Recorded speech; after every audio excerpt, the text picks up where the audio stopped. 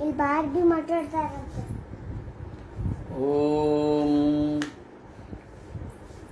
ನಾರಾಯಣಂ ನಮಸ್ಕೃತ್ಯ ನರಂ ಚೈವ ನರೋತ್ತಮಂ ದೇವೀಂ ಸರಸ್ವತೀಂ ವ್ಯಾಸಂ ತತೋ ಗ್ರಂಥಮುದೀರಯೇ.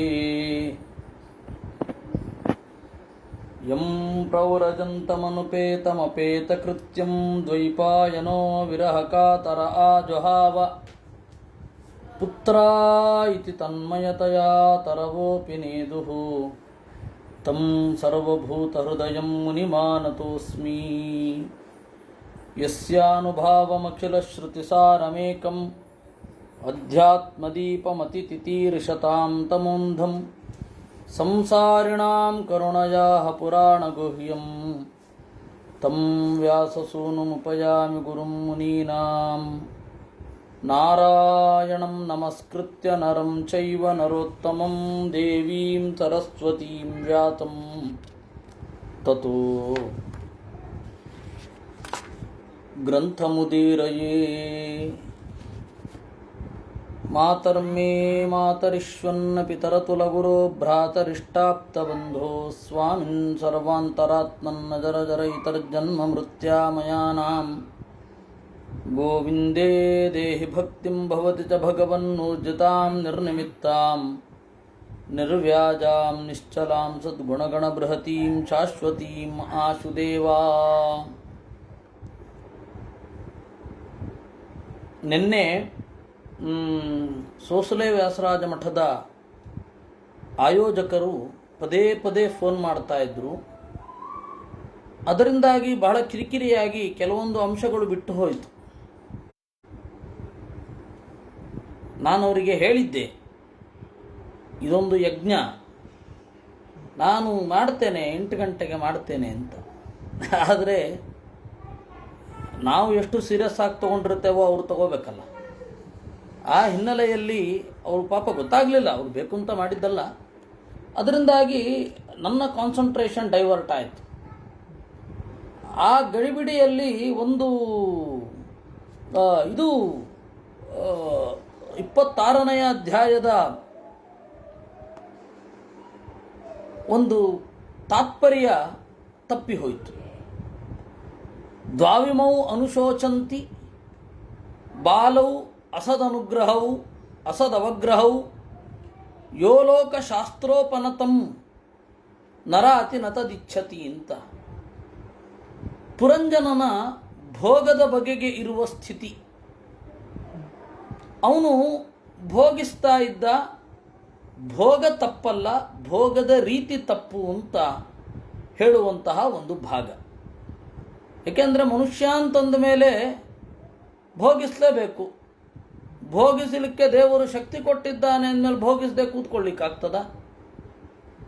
ಭೋಗಿಸ್ಕೊಳ್ಳಿಕ್ಕಾಗತ್ತೆ. ಅದು 2 ತರಹದ ಭೋಗ, ಒಂದು ಲೌಕಿಕ ಭೋಗ, ಇನ್ನೊಂದು ಶಾಸ್ತ್ರೀಯ ಭೋಗ ಅಂತ. ದ್ವಾವಿಮೌ ಅನುಶೋಚಂತಿ ಬಾಲೌ ಅಸದವಗ್ರಹೌ. ಲೋಕದಿಂದ ಮತ್ತೆ ಶಾಸ್ತ್ರದಿಂದ ಪ್ರಾಪ್ತವಾದ ಭೋಗಗಳನ್ನು ಭೋಗಿಸದವರು ಇಬ್ಬರು ಮೂರ್ಖರು. ದ್ವಾವಿಮೌ ಅನುಶೋಚಂತಿ ಬಾಲೌ ಅಸದವಗ್ರಹೌ. ತಪ್ಪು ತಿಳುವಳಿಕೆ ಇರುವ ಇಬ್ಬರನ್ನ ಕುರಿತು ಎಲ್ಲರೂ ಕರುಣೆಯಿಂದ ನೋಡುತ್ತಾರೆ. ಒಂದೋ ಲೋಕದಿಂದ ಸರಿಯಾಗಿರಬೇಕು, ಒಂದೋ ಶಾಸ್ತ್ರದಿಂದ ಪ್ರಾಪ್ತವಾಗಿರಬೇಕು. ಕಡೆಗೆ ಲೋಕ ಶಾಸ್ತ್ರ, ಲೋಕ ಮತ್ತು ಶಾಸ್ತ್ರ ಎರಡಕ್ಕೂ ವಿರುದ್ಧವಾಗಿರುವಂಥದ್ದು ಕೆಲವಿರುತ್ತದೆ. ಲೋಕದಿಂದ ಪ್ರಾಪ್ತವಾದದ್ದು ಅನೇಕ ಭೋಗಗಳು ಇದ್ದೆ, ಶಾಸ್ತ್ರದಿಂದ ಪ್ರಾಪ್ತವಾದದ್ದು ಅನೇಕ ಭೋಗಗಳಿರುತ್ತೆ. ಇವಾಗ ಲೋಕದಲ್ಲಿ ನೀವು ಪ್ರತಿ ದಿವಸ ಎಣ್ಣೆ ನೀರು ಹಚ್ಚಿ ಸ್ನಾನ ಮಾಡಿಕೊಂಡ್ರೂ ಯಾರೂ ಕೇಳುವವರಿಲ್ಲ. ನೀರಿಗೆ ಬಿಲ್ಲು ಕಟ್ಟುವ ಶಕ್ತಿ ನಿಮಗಿರಬೇಕು ಅಷ್ಟೆ. ಬಿಸಿ ನೀರು ಮಾಡಿಕೊಳ್ಳಿಕ್ಕೆ ಕಟ್ಟಿಗೆಯೋ ಅಥವಾ ಹೀಟರೋ ಇದ್ದರೆ ಸಾಕು. ಇದು ಲೋಕದಿಂದ NOC, ನೋ ಅಬ್ಜೆಕ್ಷನ್ ಸರ್ಟಿಫಿಕೇಟ್, ನೀವು ಇದನ್ನು ಭೋಗಿಸಬಹುದು. ಆದರೆ ಶಾಸ್ತ್ರದಲ್ಲಿ ಪ್ರತಿ ದಿವಸ ಎಣ್ಣೆ ಹಚ್ಕೊಂಡು ಸ್ನಾನ ಮಾಡಲಿಕ್ಕೆ ಇಲ್ಲ. ಇಂತಿಂತಹ ಕಾಲದಲ್ಲಿ ಇವರಿವರು ಮಾಡಬೇಕು. ಕಡೆಗೆ ಸನ್ಯಾಸಿಗಳು ಅಥವಾ ಸಂಗಾತಿಯನ್ನು ಕಳೆದುಕೊಂಡ ಗಂಡು ಮತ್ತು ಹೆಣ್ಣು, ವಿಧುರ ಮತ್ತು ವಿಧವೆ, ಅವರಿಗೆ ಪ್ರತಿ ದಿವಸ ಎಣ್ಣೆ ಸ್ನಾನ ಇಲ್ಲ. ನರಕ ಚತುರ್ದಶಿ ದಿವಸ ಎಣ್ಣೆಯ ಸ್ನಾನ ಅಲೋಡು. ನೋಡಿ, ಇದು ವೇದದ್ದು. ಈ ಲೋಕದಲ್ಲಿ ನೀವು ಸಂಗಾತಿಯನ್ನು ಕಳೆದುಕೊಂಡ ಮೇಲೂ ಕೂಡ ಭೋಗಿಸಲಿಕ್ಕೆ ಯಾವ ತೊಂದರೆಯೂ ಇಲ್ಲ. ಆದರೆ ವೇದದ ಪ್ರಕಾರ ಹೀಗೆ ಇದನ್ನು ಮಾಡಬೇಕು, ಇದನ್ನು ಮಾಡಬಾರದು ಅಂತ. ಕಡೆಗೆ ಇದು ಎರಡರಿಂದಲೂ ಬಹಿಷ್ಕೃತವಾದದ್ದನ್ನಂತೂ ಉಣ್ಣಲೇಬಾರದು. ಅಲೌಕಿಕಂಚ ಶಾಸ್ತ್ರೀಯಂ ಕರ್ತವ್ಯಂ ಲೌಕಿಕಂ ಪುನಃ. ಆದರೆ ಇದರಲ್ಲಿ ಒಂದು ಎಕ್ಸೆಪ್ಷನ್ ಇದೆ ಅಂತ ಆಚಾರ್ಯರು ಹೇಳುತ್ತಾರೆ. ಯಾವುದು ಲೌಕಿಕ ಅಲ್ಲ ಅದು ಶಾಸ್ತ್ರೀಯವಾಗಿದ್ದರೆ ಅದನ್ನು ಮಾಡಬಹುದು. ಇವಾಗ ದೇವತೆಗಳ ಕ್ರಿಯೆ ಲೌಕಿಕ ಅಲ್ಲ, ಅಲೌಕಿಕ. ಆದರೆ ಅದು ಮತ್ತು ಶಾಸ್ತ್ರದಲ್ಲಿ ಹಾಗೆ ಇದೆ. ಈಗ ಯಜ್ಞನಾಮಕ ಪರಮಾತ್ಮ ತನ್ನ ತಂಗಿಯಾದ ಮೂರ್ತಿ ದೇವಿಯನ್ನ ಮದುವೆ ಆದ. ಇದು ಶಾಸ್ತ್ರೀಯ. ಏಕೆಂದರೆ ನಿಯತ ದಾಂಪತ್ಯ ಯಾರಿಗಿದೆ, ನಿಯತ ದಾಂಪತ್ಯ ಇರುವವರು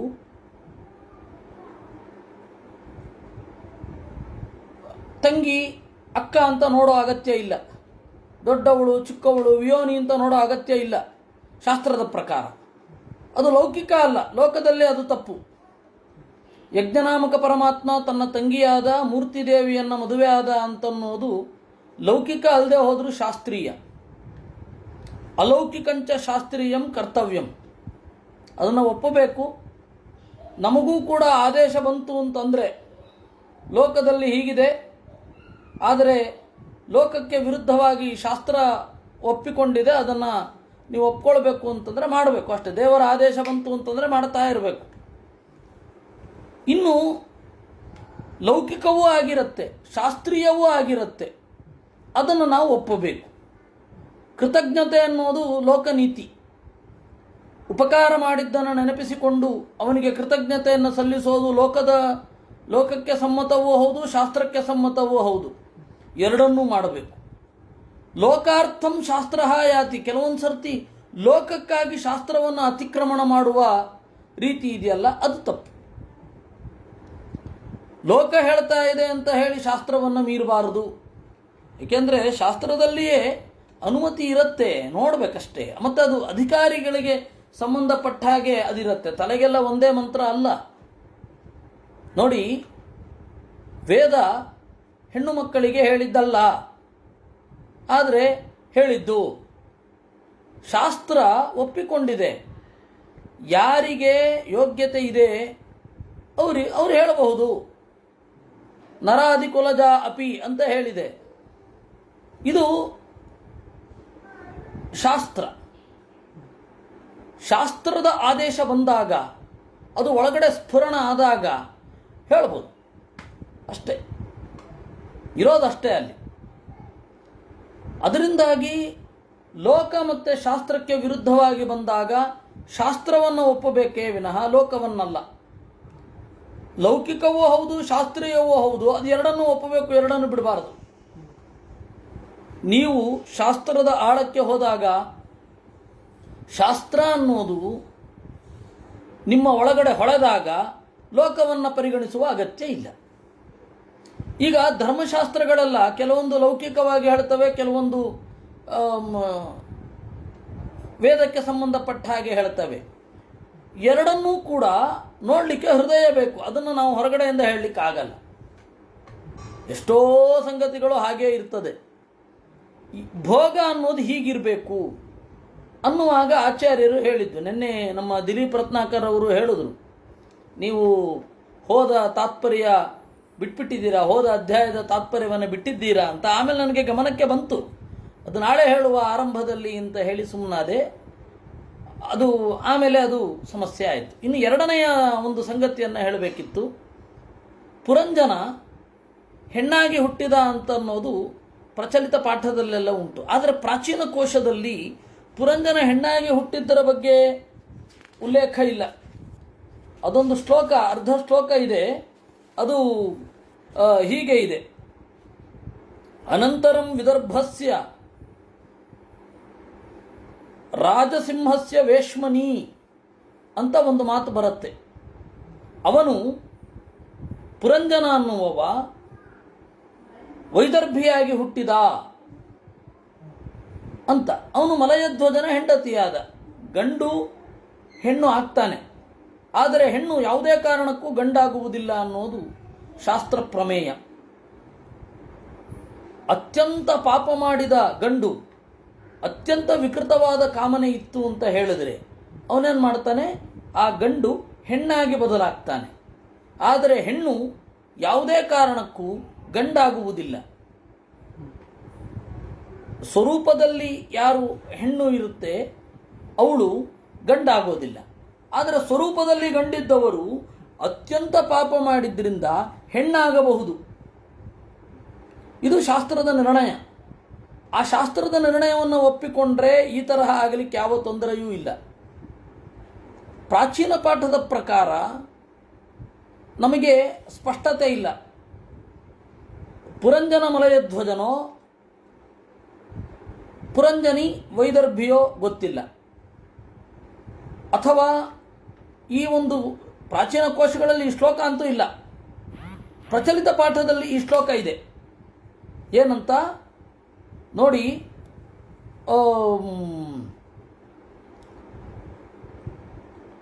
ಪುರಂಜನ ಹೆಣ್ಣನ್ನು ವಿಪರೀತವಾಗಿ ಓಲೈಸ್ತಾ ವಿಪರೀತ ಹೆಣ್ಣಿಗನುಗುಣವಾಗಿಯೇ ನಡೆದು ಲೋಕದ ಮತ್ತು ಶಾಸ್ತ್ರದ ನೀತಿಗೆ ವಿರುದ್ಧವಾಗಿ ನಡೆದದ್ದರಿಂದ ಪುರಂಜನ ಹೆಣ್ಣಾಗಿ ಹುಟ್ಟಿದ ಅಂತ ಹೇಳಿ ಪ್ರಾಚೀನ ಕೋಶಗಳಲ್ಲಿ ಇಲ್ಲ, ಪ್ರಚಲಿತ ಕೋಶದಲ್ಲಿ ಇದೆ. ಅದಕ್ಕಾಗಿ ನೆನ್ನೆ ಅದನ್ನು ಹೇಳಬೇಕಿತ್ತು ಕಡೆಯಲ್ಲಿ. ಅದು ಇವಾಗ ಒಂದು ಸ್ಪಷ್ಟೀಕರಣವನ್ನು ತೆಗೆದುಕೊಂಡಿದೆ. ಇಷ್ಟರೊಂದಿಗೆ ನಾವು ಕಥೆಯ ಮುಂದಿನ ಭಾಗಕ್ಕೆ ಹೋಗೋಣ. ಸತಂ ವಿಹಾಯ ಮಾಂ ಬಂಧ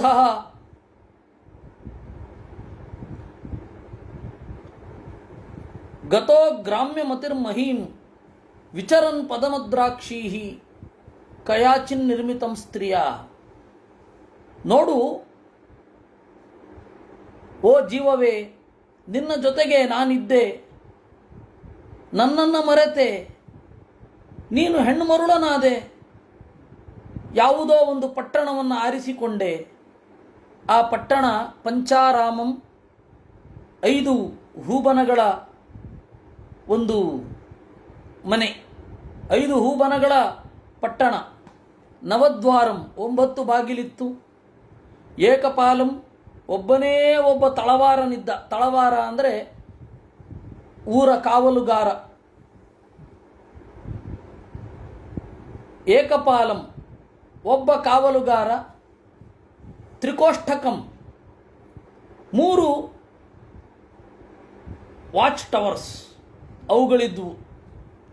ಷಟ್ಕೂಲಂ, 6 ತೀರ. ಪಂಚವಿಪಣಂ, 5 ವಿಪಣ, 5 ಮಾರ್ಕೆಟ್. ಪಂಚಪ್ರಕೃತಿ ಸ್ತ್ರೀಧವಂ, 5 ಮೂಲ ಇದೆ. ಒಂದಕ್ಕೆ ಹೆಣ್ಣು ಅಧಿಪತಿ. ಪಂಚೇಂದ್ರಿಯಾರ್ಥ ಆರಾಮಾಹ, ಇಂದ್ರಿಯಾರ್ಥಗಳು 5 ಇದೆ. ಪಂಚೇಂದ್ರಿಯಾರ್ಥ ಆರಾಮಾಹ ಅನ್ನುವಾಗ ಪಂಚಾರಾಮಂ ಅನ್ನುವಲ್ಲಿ ಇಂದ್ರಿಯವನ್ನು ತೆಗೆದುಕೊಳ್ಬೇಕು. ಪಂಚೇಂದ್ರಿಯಾರ್ಥ ಆರಾಮಾಹ ಅನ್ನುವಲ್ಲಿ ಗೋಳಕವನ್ನು ತೆಗೆದುಕೊಳ್ಳಬೇಕು ಅಂತ ಹೇಳ್ತಾರೆ. ಇದರ ಬಗ್ಗೆ ಸ್ಪಷ್ಟೀಕರಣ ಮುಂದೆ ಬರುತ್ತೆ. ಆಚಾರ್ಯರು ಇಲ್ಲಿ ಪಂಚೇಂದ್ರಿಯಾಣಿ ಯತ್ರ ಸಂಗೃಶ್ಯಂತೆ ಸಾ ಗೋಳಕೇಂದ್ರಿಯ ಸಂಗ್ರಹ ಅಂತ ಒಂದೇ ಒಂದು ನೋಟ್ ಬರೆದಿದ್ದಾರೆ. ಅದು ಮುಂದೆ ನಮಗೆ ಐಡಿಯಾ ಬರುತ್ತೆ ಯಾಕೆ ಹೀಗೆ ಅಂತ. ದ್ವಾರಾಘ್ರಾಣಾದಯ ಪ್ರಭೋ ತೇಜೋ ಬನ್ನಾನಿ ಕೋಷ್ಠಾನಿ ಗೋಳಕೇಂದ್ರಿಯ ಸಂಗ್ರಹ. ಮಣ್ಣು, ನೀರು, ಬೆಂಕಿ ಇವುಗಳನ್ನು ಒಳಗೊಂಡ 3 ಕೋಷ್ಠ. ವಿಪಣಸ್ತು ಕ್ರಿಯಾಶಕ್ತಿ ಭೂತ ಪ್ರಕೃತಿರವ್ಯಯ. ಮಾರ್ಕೆಟ್ ಅಂತ ಹೇಳೋದುವಲ್ಲ, ಅದು ಕ್ರಿಯಾಶಕ್ತಿ, ಕ್ರಿಯಾಶಕ್ತಿಯ ಸಂಕೇತ. ಅಲ್ಲಿ ಸ್ತ್ರೀಧವಂ, ಒಬ್ಬಳು ಸ್ತ್ರೀ ಇರ್ತಾಳೆ ಅಂತ ಹೇಳೋದುವಲ್ಲ, ಅದು ಪ್ರಕೃತಿ. ಶಕ್ತ್ಯಧೀಚ ಪುಮಾನತ್ರ ಪ್ರವಿಷ್ಟೋ ನಾವಬುದ್ಧತೆ. ಇವರೆಲ್ಲರ ಒಡೆಯ ಇದರ ಒಳಗಡೆಯೇ ಇದ್ದಾನೆ, ಅವನ ಬಗ್ಗೆ ಯಾರಿಗೂ ಐಡಿಯಾ ಇಲ್ಲ. ತಸ್ಮಿನ್ಸ್ತ್ವಂ ರಾಮಯ ಸ್ಪೃಷ್ಟೋ ರಮಮಾಣೋ ಹತಸ್ಮೃತಿ. ಆ ಪಟ್ಟಣದೊಳಗಡೆ ನೀನು ಹೋದೆ, ಮಾಯೆ ನಿನ್ನನ್ನು ಆವರಿಸಿತು, ನೆನಪು ಕಳೆದುಕೊಂಡೆ. ತತ್ಸಂಗಾತ್ ಈದೃಶೀಂ ಪ್ರಾಪ್ತಃ ದಶಾಂ ಪಾಪೀಯಸೀಂ ಪ್ರಭೋ. ಅವಳ ಸಂಘದಿಂದ ಈ ಅವಸ್ಥೆ ನಿನಗಾಯಿತು. ನತ್ವಂ ವಿದರ್ಭದುಹಿತ ನಾಯಂ ವೀರ ಸುಹೃತ್ ಪ್ರಭೋ ನಪತಿಸ್ತ್ವಂ ಪುರಂಜನ್ಯ ವೃದ್ಧೋ ನವಮುಖೇ. ಯಯ, ನೀನು ವೈದರ್ಭಿಯೂ ಅಲ್ಲ, ಓ ವೀರ, ನಿನಗೆ ಯಾರೂ ಗೆಳೆಯರೂ ಇಲ್ಲ. ನೀನು ಪುರಂಜನೆಯ ಗಂಡನೂ ಅಲ್ಲ, ನೀನೇ ಪುರಂಜನೆಯೂ ಅಲ್ಲ. ಮಾಯಾ ಹ್ಯೇಷ ಮಯಾ ಸೃಷ್ಟ ಯತ್ಪುಮಾಂಸಂ ಸ್ತ್ರಿಯಂ ಪತಿಂ ಮನ್ಯತೆ ನೋ ಭಯಂ ಯದ್ವೈ ಹಂಸಂ ಪಶ್ಯ ಆತ್ಮನೋ ಗತಿಂ. ಇದು ನನ್ನ ಲೀಲೆ, ನಾನು ಸೃಷ್ಟಿ ಮಾಡಿದ್ದು. ನಿನಗೆ ದೇಹ ಬಂತು, ಗಂಡು ದೇಹ. ಗಂಡು ಅಲ್ಲ, ಹೆಣ್ಣು ಅಲ್ಲ, ಎರಡೂ ಅಲ್ಲ. ಇದೋ ನೋಡು, ನಾನು ಹಂಸ ಬಂದಿದ್ದೇನೆ. ಅಹಂ ಭವಾನ್ ನಚಾನ್ಯಸ್ತ್ವಂ ತ್ವಮೇವಾಹಂ ವಿಚಕ್ಷ್ವಭೋ ನನೌ ಪಶ್ಯಂತಿ ಕವಯಶ್ಛಿದ್ರಂ ಜಾತು ಮನಾಗಪಿ. ಅಹಂ ಭವಾನ್, ನಿನ್ನೊಳಗಡೆ ನಾನಿದ್ದೇನೆ. ನಚ ಅನ್ಯಃ, ಜೀವ ನನ್ನ ಶತ್ರು ಏನೂ ಅಲ್ಲ. ತ್ವಮೇವ ಅಹಂ, ನಾನು ನಿನ್ನನ್ನು ಉತ್ಕಟವಾಗಿ ಆವರಿಸಿಕೊಂಡಿದ್ದೇನೆ. ನಾನಿಲ್ಲದೆ ನಿನಗೆ ಅಸ್ತಿತ್ವವೇ ಇಲ್ಲ. ವಿಚಕ್ಷ್ವಭೋಹೋ, ಸರಿಯಾಗಿ ನೋಡು. ಕವಯ, ಜ್ಞಾನಿಗಳು. ನನೌ ಪಶ್ಯಂತಿ ಛಿದ್ರಂ, ನಮಗೆ ಹಿರಿದಾದ ಅಂತರ ಇಲ್ಲ, ನಮ್ಮಿಬ್ಬರ ನಡುವೆ ಶತ್ರುತ್ವ ಇಲ್ಲ ಅಂತ ಅವರು ಮನಗಂಡಿದ್ದಾರೆ. ದೇವರಿಗೂ ಜೀವರಿಗೂ ಎಂತಹ ಶತ್ರುತ್ವ? ದೇವರು ಜೀವರ ಶತ್ರು ಅಲ್ಲ. ಜೀವ ದೇವರನ್ನು ಬಯಬಹುದು, ಅದು ಅಜ್ಞಾನದಿಂದಲೇ ವಿನಃ ಅವನು ಕಾಂಪಿಟ್ ಮಾಡ್ತೇನೆ ಅಂತ ಹೇಳಿ ಮುಂದುವರಿಲಿಕ್ಕೂ ಆಗಲ್ಲ. ನನಗೆ ದೇವರು ಬೇಡ ಅಂತ ಹೇಳಬಹುದೇ ವಿನಃ, ನನಗೆ ದೇವರ ಅಗತ್ಯ ಇಲ್ಲ ಅಂತ ಕಡೆಗೆ ಹೇಳಬಹುದೇ ವಿನಃ, ನಾನು ದೇವರಿಗೆ ಪ್ರತಿಸ್ಪರ್ಧಿಯಾಗಿರ್ತೇನೆ, ನಾನು ದೇವರನ್ನು ನಂಬಲ್ಲ ಅಂತ ಹೇಳಬೇಕು. ನಾನು ದೇವರಿಗೆ ಪ್ರತಿಸ್ಪರ್ಧಿ ಅಂತ ಯಾರು ಹೇಳ್ಕೊಳ್ಳಿಕ್ಕಾಗಲ್ಲ. ಮತ್ತು ನಾವು ಪ್ರತಿಸ್ಪರ್ಧಿ ಅಂತ ಅಂದ್ಕೊಂಡ್ರೆ ಅವನು ಅಂದ್ಕೋಬೇಕಲ್ಲ. ಅದರಿಂದ ಹೀಗೆ ಹೇಳೋದು, ಜೀವಸತ್ತಾ ಪ್ರದತ್ವಾಚ್ಚ ಸದೃಶತ್ವಾಚ್ಚ ಕೇಶವ ಕಥ್ಯತೆ ತದಭೇದೇನ ನತು ಜೀವಸ್ವರೂಪತಃ. ಇಲ್ಲಿ ತದಭೇದೇನ, ಜೀವ ದೇವರನ್ನು ಪೂರ್ತಿಯಾಗಿ ಒಳಗೊಂಡಿದ್ದಾನೆ. ದೇವರ ಸನ್ನಿಧಾನ ಅನ್ನುವ ಹೆಸರಿನಲ್ಲಿ ಜೀವನೇ ದೇವರು ಅಂತ ಹೇಳಬಹುದೇ ವಿನಃ ಯಾವುದೇ ಕಾರಣಕ್ಕೂ ಇವನವನು ಇವನು ಆಗೋದೇ ಇಲ್ಲ. ಏವಂ ತಮಾನತೋ ಯಥಾ ಪುರುಷ ಆತ್ಮಾನಂ ಏಕಮಾದರ್ಶ ಚಕ್ಷುಷೋ ದ್ವಿಧಾಭೂತಮವೇಕ್ಷೇತ ತಥೈವಾಂತರಮಾವಯೋ. ಒಬ್ಬ ಕನ್ನಡಿಯ ಮುಂದೆ ನಿಂತಾಗ ನಾನು ಬೇರೆ ಅವನು ಬೇರೆ ಅಂತ ಅಂದುಕೊಳ್ತಾನೆ. ವಸ್ತುತಃ ಅಲ್ಲಿ ಯಾರೂ ಇಲ್ಲ, ಅವರಿಬ್ಬರು ಭಿನ್ನರೂ ಅಲ್ಲ. ದೇವರ ಬಗ್ಗೆ ಇವನು ಹಾಕಿ ತಿಳ್ಕೊತಾನೆ. ದೇವರು ನನ್ನಿಂದ ಒಬ್ಬ ಸ್ವತಂತ್ರ ಅಂತ ಅಂದುಕೊಳ್ತಾನೆ, ದೇವರಿಂದ ನಾನು ಸ್ವತಂತ್ರ ಅಂತ ಇವನು ಅಂದುಕೊಳ್ತಾನೆ. ಆ ರೀತಿ ಇದು ಕೂಡ. ಏವಂ ತ ಮಾನಸೋ ಹಂಸೋ ಹಂಸೇನ ಪ್ರತಿಬೋಧಿತಃ ಸ್ವಸ್ಥಃ ತದ್ವ್ಯಭಿಚಾರೇಣ ನಷ್ಟಾಮಾಪ ಪುನಃಸ್ಮೃತಿಂ. ಇಷ್ಟೆಲ್ಲ ಹೇಳುವಾಗ ಆ ಪುರಂಜನನಿಗೆ ಅರಿವಾಯಿತು, ಅವನ ನೆನಪು ಮರಳಿ ಬಂತು. ಎತ್ತರಕ್ಕೆ ಏರಿದ. ಬರ್ಹಿಷ್ಮನ್ನೇತದಧ್ಯಾತ್ಮಂ ಪಾರೋಕ್ಷೇಣ ಪ್ರದರ್ಶಿತಂ ಯತ್ಪರೋಕ್ಷ ಪ್ರಿಯೋ ದೇವೋ ಭಗವಾನ್ ವಿಶ್ವಭಾವನಃ. ಬರ್ಹಿಷ್ಮನ್, ಓ ಬರ್ಹಿಷ್ಮಂತನೇ, ಏತದಧ್ಯಾತ್ಮಂ, ಈ ಒಂದು ಗುಟ್ಟಿನ ಕಥೆಯನ್ನು ಈ ಒಂದು ಗುಟ್ಟಿನ ಪ್ರಮೇಯವನ್ನು ಪಾರೋಕ್ಷೇಣ ಪ್ರದರ್ಶಿತಂ, ಒಂದು ಕಥೆಯ ಮೂಲಕವಾಗಿ ನಾನು ಹೇಳಿದ್ದೇನೆ.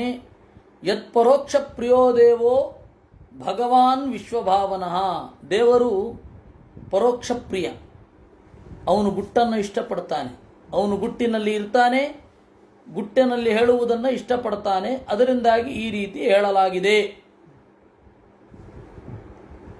ಹೀಗೆ ಭಾಗವತ ಚತುರ್ಥ ಸ್ಕಂಧದಲ್ಲಿ ಅಷ್ಟಾವಿಂಶಃ ಅಧ್ಯಾಯ, 28ನೆಯ ಅಧ್ಯಾಯ. ಪ್ರಾಚೀನ ಬರ್ಹಿರುವಾಚ ಭಗವನಸ್ತೆ ವಚೋಸ್ಮಾಭಿಃ ನ ಸಮ್ಯಗವಬುಧ್ಯತೆ ಕವಯಃ ತದ್ವಿಜಾನಂತಿ ನ ವಯಂ ಕರ್ಮ ಮೋಹಿತಾಃ. ಪ್ರಾಚೀನ ಬರ್ಹಿ ಹೇಳ್ತಾನೆ, ನಾರದರೇ, ನಿಮ್ಮ ಈ ಗುಟ್ಟಿನ ಮಾತುಗಳನ್ನು ಜ್ಞಾನಿಗಳು ತಿಳಿಯಬಹುದೋ ಏನೋ, ಆದರೆ ಕರ್ಮದಿಂದ ಬುದ್ಧಿ ಮಂಕಾದ ನಾವು ತಿಳಿಯುವಂತಿಲ್ಲ, ದಯವಿಟ್ಟು ಅದನ್ನು ಹೇಳಿ ಅಂದಾಗ ನಾರದ ಉವಾಚ, ನಾರದರು ಹೇಳಿದರು, ಪುರುಷಂ ಪುರಂಜನಂ ವಿದ್ಯಾತ್ ಯದ್ವ್ಯನಕ್ತಿ ಆತ್ಮನಃಪುರಂ.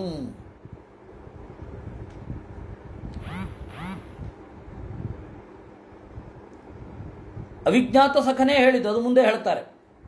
ಪುರುಷಂ ಪುರಂಜನಂ ವಿದ್ಯಾತ್, ಜೀವ ಪುರಂಜನ, ಪುರಂಜನ ಎಲ್ಲ ಮಾನುಷ ಜೀವರ ಪ್ರತಿನಿಧಿ. ಯದ್ವ್ಯನಕ್ತಿ ಆತ್ಮನಃಪುರಂ,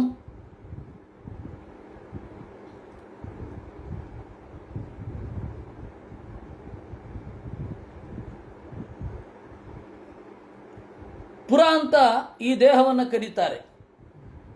ಈ ಪಟ್ಟಣದಲ್ಲಿ ಅವನು ಅಭಿವ್ಯಕ್ತ ಆಗ್ತಾನೆ. ಅದರಿಂದಾಗಿ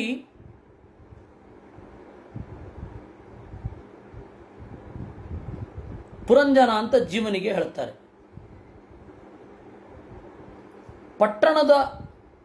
ಪಟ್ಟಣದ ಒಳಗಡೆ ಅಭಿವ್ಯಕ್ತ ಆಗೋದು.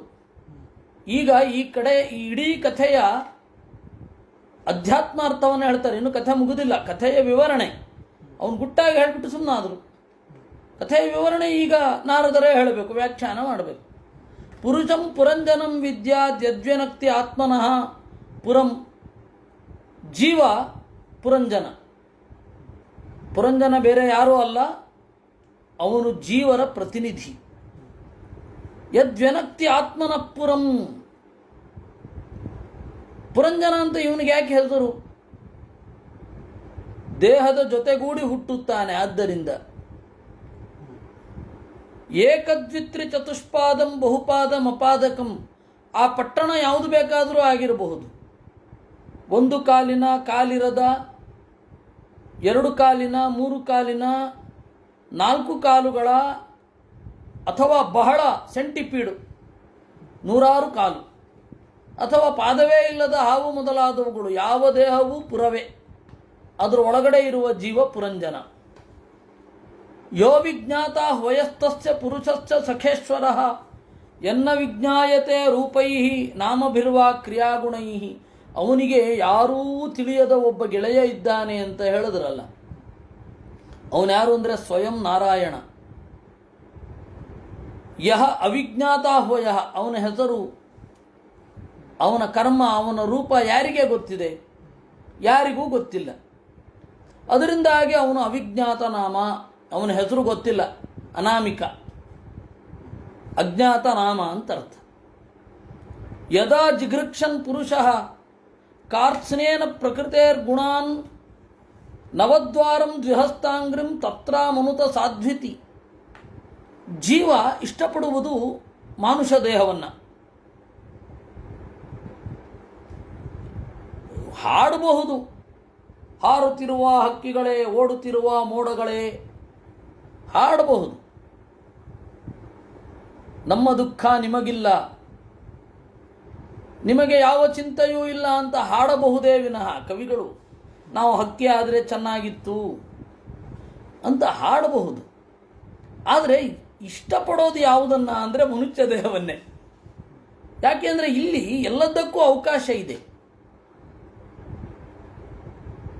ಪ್ರಾಣಿಗಳಿಗೆ ಕಲೆ ಕುಶಲ ಕರಕುಶಲ ಕೈಗಾರಿಕೆ ಅವೆಲ್ಲ ಮಾಡಲಿಕ್ಕೆ ಕೈ ಬೇಕಲ್ವ. ಕಲೆಗೆ ಮುಖ್ಯವಾಗಿ ಕೈ, ಶಿಲ್ಪ ಅದೇ ಇಲ್ಲ. ಅದರಿಂದಾಗಿ ಪುರುಷ ಜೀವ ಇಷ್ಟಪಡುವಂಥದ್ದು ಮಾನುಷ ಶರೀರವನ್ನು, ಬೇರೆ ಯಾವುದನ್ನೂ ಅಲ್ಲ. ಬುದ್ಧಿಂತು ಪ್ರಮದಾಂ ವಿದ್ಯಾತ್ ಮಮಾಹಮಿತಿ ಯತ್ಕೃತಂ. ಇನ್ನು ಅವನಿಗೊಬ್ಬಳು ಹೆಂಡತಿ, ಪುರಂಜನನಿಗೆ ಒಬ್ಬಳು ಹೆಂಡತಿ ಇದ್ಲು, ಅವಳನ್ನು ಪುರಂಜನಿ ಅಂತ ಕರೆದ್ರು ಅಂತ ಹೇಳ್ತಾರಲ್ಲ, ಆ ಹೆಂಡತಿ ಬೇರೆ ಯಾರೂ ಅಲ್ಲ, ಬುದ್ಧಿ. ಈ ಭಾಗವತದ ಮಾತಿನ ಮೇಲೆ ಪುರಂದರದಾಸರ 2 ಪದ್ಯಗಳಿದೆ. ಹೆಂಡತಿ ಪ್ರಾಣ ಹಿಂಡುತಿ ಅಂತ ಒಂದು ಪದ್ಯ.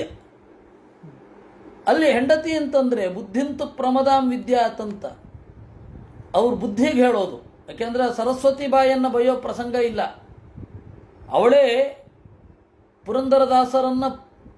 ಪುರಂದರದಾಸರನ್ನಾಗಿ ಮಾಡಿದವಳು. ದಂಡಿಗೆ ಬೆತ್ತ ಹಿಡಿಯುವುದಕ್ಕೆ ಮಂಡೆಬಾಗಿ ನಾಚುತ್ತಲಿದ್ದೆ, ಆ ಹೆಂಡತಿ ಸಂತತಿ ಸಾವಿರವಾಗಲಿ ದಂಡಿಗೆ ಬೆತ್ತ ಹಿಡಿಸಿದಳಯ್ಯ ಅಂತ. ಅಂತಹ ಪುರಂದರದಾಸರು ಹೆಂಡತಿನ ಯಾಕೆ ಬೈತಾರೆ? ಹೆಂಡತಿ ಪ್ರಾಣ ಹಿಂಡುತಿ ಅಂತ. ಇನ್ನು ಅವರು ಭಿಕ್ಷೆ ಬೇಡಲಿಕ್ಕೆ ಅಂತ ಹೋದಾಗ ಟಪ್ಪ ಒಬ್ಬಳು ಬಾಗಿಲು ಹಾಕಿದ್ಲು, ಬರಬಾರದು ಅಂತ. ಕದವ ಮುಚ್ಚಿದಳಿದಕೋ ಗಯ್ಯಾಳಿ ಮೂಳಿ ಅಂತ ಹೇಳಿ ಒಂದು ಹಾಡು. ಆ ಕದವ ಮುಚ್ಚಿದಳಿದಕೋ ಗಯ್ಯಾಳಿ ಮೂಳಿ ಅಂತಂದರೆ ಒಂದು ಅವಳು ಟಪ್ಪ ಬಾಗಿಲು ಮುಚ್ಚಿದ್ಲು. ಅದಕ್ಕೆ ರಾಮಾಯಣ ಭಾರತ ಕಥೆಗಳು ಕಿವಿಯ ಒಳಗೆ ಹೊಕ್ಕವೆಂದು ಹೆದರಿ ಕದವ ಮುಚ್ಚಿದಳಿದಕೋ ಗಯ್ಯಾಳಿ ಮೂಳಿ ಅಂತಂದು. ರಾಮಾಯಣ ಮೊದಲಾದ ಪುಣ್ಯಕಥೆಗಳು ಒಳಗಡೆ ಹೋಗ್ತಾವಲ್ಲ, ಅದಕ್ಕೆ ಹೆದರಿ ಅವಳು ಬಾಗಿಲು ಮುಚ್ಚಿದ್ದು. ಅದೊಂದು ಪದ್ಯ. ಅಲ್ಲಿ ಗಯ್ಯಾಳಿ ಅಂತಂದರೆ ಕೆಲವೊಮ್ಮೆ ಬುದ್ಧಿಯೂ ಕೂಡ. ಇನ್ನೊಂದು ಪದ್ಯ ಇದೆ, ಇಕ್ಕಲಾರೆ ಕೈ ಎಂಜಲು ಚಿಕ್ಕ ಮಕ್ಕಳು ಅಳುತ್ತಾರೆ ಹೋಗೋ ದಾಸಯ್ಯ. ಇಕ್ಕಲಾರೆ ಕೈ ಎಂಜಲು. ಇವರು ದಾಸರು ಹೋದಾಗ ನನಗೆ ಆಗಲ್ಲ ಅಂತ ನೆಪ, ಚಿಕ್ಕ ಮಕ್ಕಳು ಅಳ್ತಾ ಇದ್ದಾರೆ, ನನಗೆ ನಿಮಗೆ ಭಿಕ್ಷೆ ಕೊಡಲಿಕ್ಕಾಗಲ್ಲ, ಹೀಗಾಗಿದೆ ಹಾಗಾಗಿದೆ, ನಿಮಗೆ ಭಿಕ್ಷೆ ಕೊಡಲಿಕ್ಕಾಗಲ್ಲ, ಈ ತರಹದ ನೆಪಗಳು. ಅದಕ್ಕೆ ಅದು ಬುದ್ಧಿ ಕೊಡ್ತಕ್ಕಂಥ ನೆಪ. ಅದಾಗಲ್ಲ ಇದಾಗಲ್ಲ ಹೀಗಾಗತ್ತೆ ಹಾಗಾಗತ್ತೆ ಅಂತ ದಾನಕ್ಕೆ 1000 ನೆಪ. ಅದು ಬುದ್ಧಿಯದ್ದೇ. ಅದು ಹೇಳ್ತಾ ಇರೋದು ಯಾರು ಅಂದರೆ ಬುದ್ಧಿ. ಇಕ್ಕಲಾರೆ ಕೈ ಎಂಜಲು ಚಿಕ್ಕ ಮಕ್ಕಳು ಅಳುತ್ತಾರೆ ಹೋಗೋ ದಾಸಯ್ಯ ಅಂತ. ಒಂದೊಂದು ದಿವಸ ಒಂದೊಂದು ನೆಪಗಳಿದೆ ಅಲ್ಲಿ. ಮನೆಯವರು ಒಳಗಿಲ್ಲ, ಅಲ್ಲ ನಾನು ಒಳಗಿಲ್ಲ, ಮನೆಯವರು ಹೊರಗಿನವರು, ಇಕ್ಕಲಾರೆ ಕೈ ಎಂಜಲು ಅಂತ ಎಲ್ಲ ಒಂದು ನೆಪವೇ. ಬುದ್ಧಿ ಶಾಸ್ತ್ರೀಯವಾದ ಆಚರಣೆಗಳನ್ನ ಮಾಡಲಿಕ್ಕೆ ಹಾಕುವಂತಹ ನೆಪಗಳವೆಲ್ಲ. ಅದನ್ನು ಅವರು ಹೇಳಿದ್ರು. ಅದರಿಂದ ಬುದ್ಧಿಂತು ಪ್ರಮದಾಂ ವಿದ್ಯಾತ್ ಅನ್ನೋದು ಏನಿಲ್ಲ ಅಂತಂದರೂ ಒಂದು 5-6 ಪುರಂದರದಾಸರ ಕೃತಿಗಳಿಗೆ ಕಾರಣ ಆಗಿದೆ. ಆ ಪುರಂಜನಿ ಬೇರೆ ಯಾರೂ ಅಲ್ಲ, ಬುದ್ಧಿ ಎಂದರು. ಯಾಂ ಅಧಿಷ್ಠಾಯ ದೇಹೇಸ್ಮಿನ್ ಪುಮಾನ್ ಭುಂಕ್ತೆ ಅಕ್ಷಿಭಿರ್ಗುಣಾನ್. ಈ ಬುದ್ಧಿ ಇದ್ದರೆ ಭೋಗ, ಬುದ್ಧಿ ಇಲ್ಲದೆ ಹೋದರೆ ಭೋಗ ಇಲ್ಲ. ಬುದ್ಧಿಗಿಂತ ಮಿಗಿಲಾದ ಭೋಗ ಎಲ್ಲಿದೆ? ಬುದ್ಧಿಯೇ ಇಲ್ಲದೆ ಹೋದರೆ ಭೋಗ ಎಂಥದ್ದು ಅಲ್ವಾ? ಸಖಾಯ ಇಂದ್ರಿಯಗಣಃ ಜ್ಞಾನಂ ಕರ್ಮಚ ಯತ್ಕೃತಂ ಸಖ್ಯಸ್ತದ್ವೃತ್ತಯ ಪ್ರಾಣಃ ಪಂಚವೃತ್ತಿರಿ ಯಥೋರಗಃ. ಇನ್ನು ಪುರಂಜನನಿಗೆ ಮತ್ತು ಆ ಪ್ರಮದೆಗೆ ಬೇಕಾಷ್ಟು ಗೆಳೆಯರಿದ್ದರು ಗೆಳತಿಯರಿದ್ದರು ಅಂತ ಹೇಳ್ತಾರಲ್ಲ, ಯಾವುದದು ಅಂದರೆ ಇಂದ್ರಿಯ ಗಣ. ಮತ್ತು ಆ ಇಂದ್ರಿಯ ಸುಖ ಪಡುವ ರೀತಿ ವೃತ್ತಿ ಅದು ಹೆಣ್ಣು. ಈ ಗಂಡು ಮತ್ತು ಆ ಹೆಣ್ಣು, ಈ ಗಂಡು ಮತ್ತು ಹೆಣ್ಣು. ಪ್ರಾಣ ಪಂಚವೃತ್ತಿರ್ ಯಥೋರಗ. 5 ಹೆಡೆಯ ಸರ್ಪ. 5 ಹೆಡೆಯ ಸರ್ಪ ಯಾವುದದು? ಮುಖ್ಯ ಪ್ರಾಣ. 5 ಹೆಡೆ ಯಾವುದು? ಪ್ರಾಣ, ಅಪಾನ, ವ್ಯಾನ, ಉದಾನ, ಸಮಾನ. ಈ ಊಟದ ಮುಂಚೆ ಅದು ಸಾಂಕೇತಿಕ ಪ್ರಾಣಾಹುತಿ ಅಂತ. ಇಡೀ ಊಟ ಪ್ರಾಣಾಹುತಿ, ಅದು ಸಾಂಕೇತಿಕ. ನಾವು ಉಂಡದ್ದು 5 ಪ್ರಾಣಗಳಿಗೆ ಉತ್ತೇಜನ ಕೊಡಲಿ, ಪ್ರಾಣನ ಕ್ರಿಯೆಗಳಿಗೆ ಉತ್ತೇಜನ ಕೊಡಲಿ ಅಂತನ್ನೋ ಭಾವನೆ. ಪ್ರಾಣನಿಗಾಗಿ ಆಹುತಿ. ಪ್ರಾಣನೆಂಬ ಬೆಂಕಿ ಧಗಧಗಿಸ್ಲಿಕ್ಕೆ ಇದೊಂದು ಆಹುತಿ ಅನ್ನುವ ಅದು ಇವತ್ತು ರಿಚುವಲ್ ಆಗೋಗಿದೆ. ಆ ರಿಚುವಲ್ನ ಹಿಂದೆ ಇರತಕ್ಕಂಥದ್ದು ಇದು ಐಡಿಯಾ ಅಂತ ಇಲ್ಲ. 5 ತುತ್ತು 5 ತೆಗೆದುಕೊಳ್ಬೇಕು. ವಸ್ತುತಃ ಇಡೀ ಊಟ 5 ಭಾಗ ಆಗಬೇಕು. ಪ್ರಾಣ, ಅಪಾನ, ವ್ಯಾನ, ಉದಾನ, ತಮಾನ ಅಂತ ಇಡೀ ಊಟ 5 ಭಾಗ ಆಗಬೇಕು. ಈ ಒಂದು ಐಡಿಯಾ ಇತ್ತು ಅಂದರೆ ನೀವು ಅಲ್ಲಿ ಪ್ರಾಣಾಹುತಿ ತಗೊಳ್ಳೋ ಅಗತ್ಯ ಇಲ್ಲ. ಅಂದರೆ ಸಾಂಕೇತಿಕವಾಗಿ ಸಾಂಕೇತಿಕ ಅಂತ ಗೊತ್ತಾದ ಮೇಲೆ ಅದು ಮಾತ್ರ ಅಲ್ಲ, ಇಡೀ ಊಟವನ್ನು ನಾವು ಅದಕ್ಕಾಗಿ ತೆಗೆದುಕೊಳ್ತೇವೆ. ಅದರಿಂದಾಗಿ ಪಂಚವೃತ್ತಿ ಯಥೋರಗ. ಪ್ರಾಣ, ಅಪಾನ, ವ್ಯಾನ, ಉದಾನ, ಸಮಾನ ಎಂಬ ಹೆಸರಿನಲ್ಲಿ ಕೆಲಸ ಮಾಡುವ ಮುಖ್ಯ ಪ್ರಾಣ ಆ ಹಾವು. ಅವಳಿಗೆ ಪ್ರಾಣನ ಬಗ್ಗೆ ಗೊತ್ತಿಲ್ಲ. ನಮಗೂ ಅಷ್ಟೇ ಮುಖ್ಯ ಪ್ರಾಣನ ಬಗ್ಗೆನೇ ಗೊತ್ತಿರಲ್ಲ. ಊರಿನ ಬಗ್ಗೆ ಎಲ್ಲ ಮಾತನಾಡ್ತೇವೆ, ಮುಖ್ಯ ಪ್ರಾಣನ ಬಗ್ಗೆ ಗೊತ್ತಿರಲ್ಲ. ಎಷ್ಟೋ ಜನರಿಗೊಂದು ಭ್ರಮೆ ಇದೆ, ಮುಖ್ಯ ಪ್ರಾಣ ಅಂದರೆ ಮಾಧ್ವರ ದೇವರು ಅಂತ. ಅವರನ್ನು ಆ ಮುಖ್ಯ ಪ್ರಾಣನೇ ರಕ್ಷಿಸಬೇಕು. ಮಾಧ್ವರ ದೇವರಲ್ಲ, ಅವನು ಎಲ್ಲರ ದೇವರು. ಆ ಮುಖ್ಯ ಪ್ರಾಣನ್ನ ಹಾಗೆ ಆರಾಧನೆ ಮಾಡೋರು ಮಧ್ವರ ದಾರಿಯಲ್ಲಿ ಬಂದವರೇ ವಿನಃ ಮುಖ್ಯ ಪ್ರಾಣ ಮಾಧ್ವರ ದೇವರಲ್ಲ, ಅವನು ಎಲ್ಲರ ದೇವರು. ಯಾರಿಗೆ ಉಸಿರು ಬೇಡ. ಬೃಹದ್ಬಲಂ ಮನೋವಿದ್ಯಾತ್ ಉಭಯೇಂದ್ರಿಯ ನಾಯಕಂ. ಇನ್ನು ಬೃಹದ್ಬಲ ಅಂತ ಒಬ್ಬ ಸೇನಾಪತಿ ಇದ್ದಾನೆ ಅಂತ. ಅವನು ಯಾರೂ ಅಲ್ಲ, ಮನಸ್ಸು. ಅವನು ಈ ಇಂದ್ರಿಯ ಗಣಗಳ ಒಡೆಯ. ಪಾಂಚಾಲ ಪಂಚ ವಿಷಯ. ಪಾಂಚಾಲ ಪಾಂಚಾಲ ಅಂತ ಹೇಳ್ತಾ ಇದ್ರು. 5 ವಿಷಯಗಳು. ಆಲ ಅಂದರೆ ಪಾತಿ. 5 ಪಾತಿಗಳಿಗೆ ಗಮ್ಯ. 5 ಪಾತಿಗಳಿಂದ ಗಮ್ಯ. ಶಬ್ದ, ಸ್ಪರ್ಶ, ರೂಪ, ರಸ, ಗಂಧ. ಇದು ಪಾಂಚಾಲ ಅಂತ. ಆಲ ಅಂದರೆ ಪಾತಿ. ಸಂಸ್ಕೃತದಲ್ಲಿ ಪಾತಿ ಅನ್ಲಿಕ್ಕೆ ಏನು ಹೇಳಬೇಕು? ಆಲವಾಲ ಅಂತ. ವಸ್ತುತಃ ಆಲ ಅಂತಂದರೆ ಸಾಕು. ಪಾಂಚಾಲ ಅಂತಂದರೆ ಹಾಗೆ ಅರ್ಥ. ಯನ್ಮಧ್ಯೆ ನವಕಂ ಪುರಂ. ಈ ಪಂಚ ವಿಷಯಗಳು, ಶಬ್ದಸ್ಪರ್ಶ ರೂಪರಸಗಳ ಗಂಧಗಳ ನಡುವೆ ಈ ಒಂದು ದೇಹ ಅನ್ನೋದಿದೆ. ಅಕ್ಷಿಣಿ ನಾಸಿಕೆ ಕರಣೌ ಮುಖಂ ಶಿಷ್ಣ ಗುದಾವಿತಿ ದ್ವೇ ದ್ವೇ ದ್ವಾರೌ ಬಹಿರ್ಯಾತಿ ತತ್ತದಿಂದ್ರಿಯ ಸಂಯುತ. ನಾಸಿಕ 2 ಮೂಗು, 2 ಮೂಗಿನ ಹೊರಳೆ, 2 ಕಿವಿ, 1 ಮುಖ, 1 ಶಿಷ್ಣ, ಇನ್ನೊಂದು ಗುದ. ಇದು 2 ದ್ವಾರಗಳು. ಅವು ಹೊರಗಡೆ ಹೋಗಬೇಕು. ಇಂದ್ರಿಯ ಅಂತ. ಇದಂ ಪ್ರತಿ ದ್ರವತಿ. ಇದನ್ನು ಕುರಿತು ಯಾವುದು ಓಡಿ ಹೋಗ್ತದೋ ಅದು ಇಂದ್ರಿಯ. ರೂಪವನ್ನು ಕುರಿತು ಕಣ್ಣು ಕಾತರಿಸುತ್ತೆ. ಆಹಾರವನ್ನು ಕುರಿತು ನಾಲಿಗೆ ಕಾತರಿಸುತ್ತೆ. ಅದಕ್ಕೆ ನಾವು ಆಹಾರವನ್ನು ಸಂಪಾದನೆ ಮಾಡ್ತೇವೆ. ಅದು ಒಂಥರ ಹೋದ ಹಾಗೆ. ಒಳ್ಳೆ ವಿಷಯವನ್ನು ಕೇಳಲಿಕ್ಕೆ, ಸಂಗೀತವನ್ನು ಕೇಳಲಿಕ್ಕೆ ಲಕ್ಷಾಂತರ ದೂರ ಪ್ರಯಾಣ ಮಾಡ್ತೇವೆ.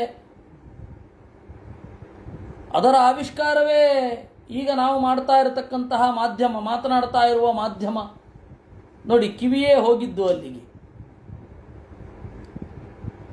ಉಸಿರು ಒಳಗಡೆ ಇದ್ದದ್ದು ಹೊರಗಡೆ ಹಾಕಿ, ಹೊರಗಡೆ ಇದ್ದದ್ದನ್ನು ಒಳಗಡೆ ಎಳ್ಕೊಳ್ಳುವ ಪ್ರಕ್ರಿಯೆ. ಶುದ್ಧ ಗಾಳಿಗಾಗಿ ಒದ್ದಾಟ. ಆಕ್ಸಿಜನ್ಗಾಗಿ ಪರದಾಟ ಅಲ್ವೇ, ಅದಕ್ಕೆ ಇದಂ ಪ್ರತಿ ರಾತಿ, ಇದನ್ನು ಕುರಿತು ಓಡುತ್ತೆ, ಅದಕ್ಕೆ ಇಂದ್ರಿಯ ಅಂತ. ಅಕ್ಷಿಣಿ ನಾಸಿಕೆ ಹಾಸ್ಯಂ ಇತಿ ಪಂಚ ಪುರಸ್ಕೃತಾ, ಎರಡು ಕಣ್ಣು, ಎರಡು ಮೂಗಿನ ಹೊರಳೆ, ಒಂದು ಇಡೀ ಮೋರೆ ಅಥವಾ ಬಾಯಿ, ಈ 5 ಬಾಗಿಲುಗಳು ಇಲ್ಲುಂಟು. ದಕ್ಷಿಣಕರ್ಣ ಉತ್ತರ ಚ ಉತ್ತರ ಸ್ಮೃತಃ, ದಕ್ಷಿಣ ದಿಕ್ಕಿನ ಒಂದು ಬಾಗಿಲು ಅಂತ ಹೇಳಿದ್ರೆ ಬಲಗಿವಿ, ಉತ್ತರ ದಿಕ್ಕಿನ ಇನ್ನೊಂದು ಬಾಗಿಲು ಅಂತಂದರೆ ಎಡಗಿವಿ. ರೂಪಂ ವಿಭ್ರಾಜಿತಂ ತಾಭ್ಯಾಂ ವಿಚಷ್ಟೆ ಚಕ್ಷುಷೇಶ್ವರ, ನಳಿನಿ ನಾಳಿನಿ ನಾತೆ ಗಂಧ ಸೌರಭೌಚ್ಯತೆ. ಈ ಕಣ್ಣು ಇದೆಯಲ್ಲ, ಪಶ್ಚಿಮೇ ಇತ್ಯದೋದ್ವಾರೋ ಗುದಶಿಷ್ಣ ವಿಹೋದಿತೆ. ಈ ಮುಂದುಗಡೆಯ ಬಾಗಿಲು ಅದು ಶಿಷ್ಣ, ಕೆಳಗಡೆ ಇರುವ ಮುಂದುಗಡೆಯ ಬಾಗಿಲು ಅದು ಶಿಷ್ಣ, ಕೆಳಗಡೆ ಇರುವ ಹಿಂದುಗಡೆಯ ಬಾಗಿಲು ಅದು ಗುದ. ಇನ್ನು ಖದ್ಯೋತ ಆವಿರ್ಮುಖಿ ಚಾತ್ರ ನೇತ್ರೆ ಏಕತ್ರ ನಿರ್ಮಿತೆ, ಖದ್ಯೋತ ಮತ್ತು ಆವಿರ್ಮುಖಿ ಅಂತ ಅದು ಒಂದು ಕಡೆ ಇದೆ. ನಮಗೆ ಬೈನಾಕ್ಯುಲರ್ ಸೈಟ್ ಉಂಟು, ಕೆಲವೊಂದು ಪ್ರಾಣಿಗಳಿಗೆ ಮೊನಾಕ್ಯುಲರ್ ಸೈಟ್ ಮಾತ್ರ ಇರುವುದು. ಕಾಗೆ ಮೊದಲಾದವುಗಳಿಗೆ ಮೊನಾಕ್ಯುಲರ್ ಸೈಟ್, ಒಂದು ಕಣ್ಣು. ಈ ಏನಾಯಿತು, ಖದ್ಯೋತ ಮತ್ತು ಆವಿರ್ಮುಖಿ ಅನ್ನೋದು ಕಣ್ಣು ಹೊಳೆಯುತ್ತೆ. ಖದ್ಯೋತ ಅಂತಂದರೆ ಮಿಂಚು, ಆವಿರ್ಮುಖಿ ಅಂತಂದರೆ ಬೆಳಕನ್ನು ಸ್ವೀಕರಿಸುವ ಮುಖ, ಬೆಳಕಿನಲ್ಲಿ ಮುಂದಾಳು ಅಂತ. ಅದು 2 ಕಣ್ಣು. ರೂಪಂ ವಿಭ್ರಾಜಿತಂ ತಾಭ್ಯಾಂ ವಿಚಷ್ಟೆ ಚಕ್ಷುಷೇಶ್ವರ. ಈ ಖದ್ಯೋತ ಮತ್ತು ಆವಿರ್ಮುಖಿ ಅನ್ನೋದು 2 ಕಣ್ಣು, ಅದರಿಂದ ರೂಪವನ್ನು ಸ್ವೀಕಾರ ಮಾಡ್ತಾನೆ.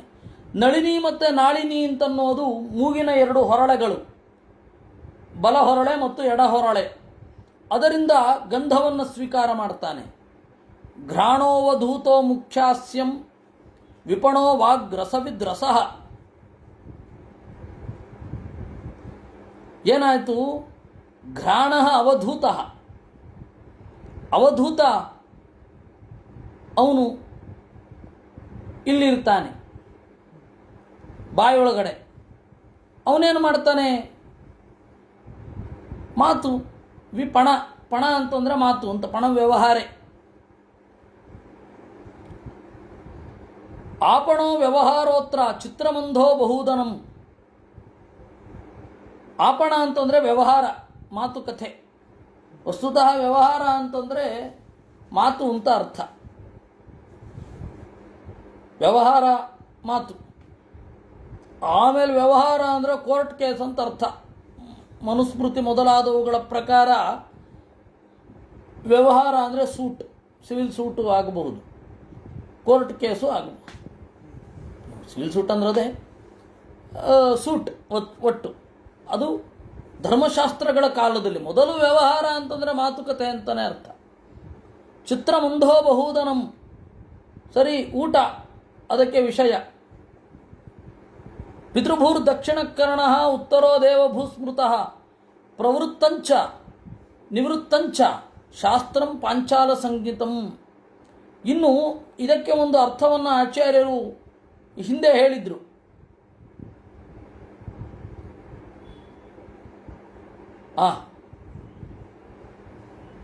ಕೃಷ್ಣಪ್ರಸಾದ್ ಅವರು ಒಂದು ಒಳ್ಳೆ ಆ ಪಣ ವ್ಯವಹಾರೆ ತುಳುನಲ್ಲಿ ಪಣ್ಪೆ ಅಂತಾರೆ, ಮಾತನಾಡ್ತೇನೆ ಅಂತ ಹೇಳಿ. ಇದಕ್ಕೆ ನೀವು ಆ ಮಲಯಾಳಕ್ಕೆ ಹೋದರೆ ಇದು ಇದರಲ್ಲಿ ವ್ಯವಹಾರಂ ಸಂಸಾರಂ, ಸಂಸಾರ ಅಂತಂದರೆ ಮಾತು. ಕೇರಳದ ಹತ್ತಿರ ಇರುವಂತಹ ತಮಿಳುನಾಡು ಪ್ರಾಂತ್ಯಗಳಲ್ಲಿ ಸಂಸಾರಂ ಪಣಂಗೋ ಅಂತಂದರೆ ಇದು ಮಾತಾಡೋದು ಅಂತ ಅರ್ಥ, ಭಾಷಣ ಮಾಡಿ ಅಂತ. ಇರಲಿ. ಪಿತೃಭೂರ್ ದಕ್ಷಿಣಕರ್ಣ, ಈ ಬಲಗಿವಿ ಮತ್ತು ಎಡಗಿವಿ, ಇದಕ್ಕೆ ಒಂದು ಬಲಗಡೆಯಿಂದ ಪ್ರಾಣ ಹೋದರೆ ಒಂದು, ಎಡಗಿವಿಯಿಂದ ಪ್ರಾಣ ಹೋದರೆ ಒಂದು ಕಡೆಗೆ ಹೋಗುತ್ತೆ ಜೀವ ಅಂತ ಹೇಳಿದರು.